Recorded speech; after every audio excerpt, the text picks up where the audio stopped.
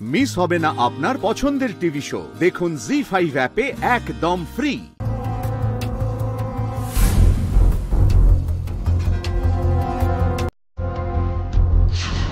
সর্বনাশ, চোর ঢুকেছে বাড়িতে। এই যে এত সিকিউরিটি, তার মানে কেউ কোনো কাজের নয়। সবাই নিশ্চয়ই নাকে তেল দিয়ে ঘুমাচ্ছে।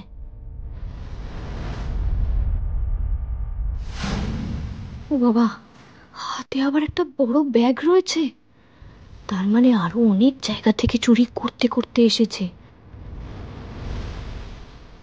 তার সাহস আছে বলতে হবে। পুরুষোত্তম সিংহ ঠাকুরের বাড়িতে চুরি করতে ঢুকে পড়েছে। কিন্তু কি করবো এখন আমি?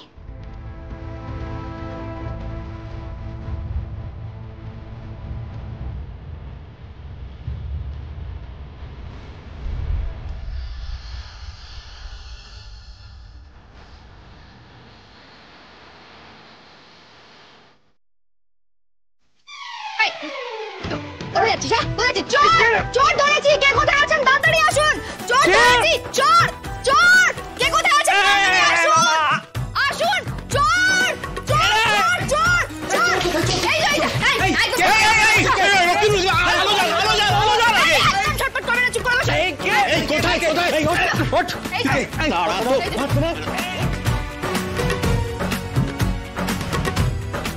রতিন খোল, দেখ দেখ মুখটা দেখ। খোল চোর।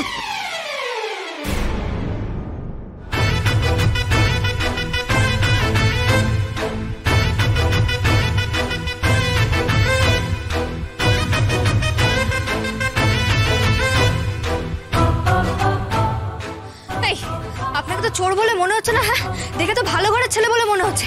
এসব কাজ করেন কেন? অষ্টমী, আমার কথাটা শোনো একটু।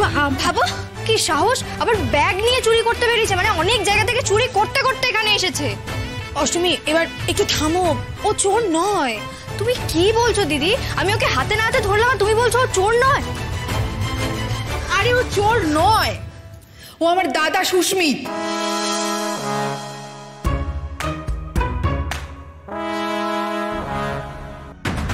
আচ্ছা অষ্টমী, আমাকে একটা কথা বলো তো, তুমি এত রাত্রে এখানে কি করছিলে?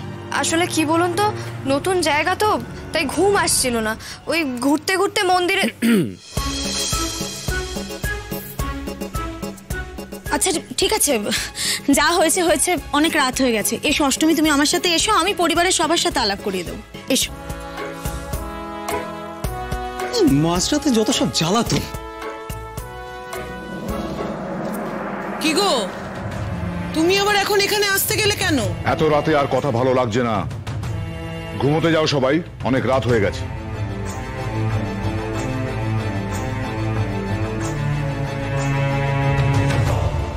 সব সময় বাড়াবাড়ি করাটা ওনার স্বভাব, এটা তো বোঝাই যাচ্ছে। আপনি নিজের বিপদ বাড়াচ্ছেন অষ্টমী, নিজের বিপদ বাড়াচ্ছেন। জি5 ডাউনলোড করুন আর সব এপিসোড দেখুন একদম ফ্রি।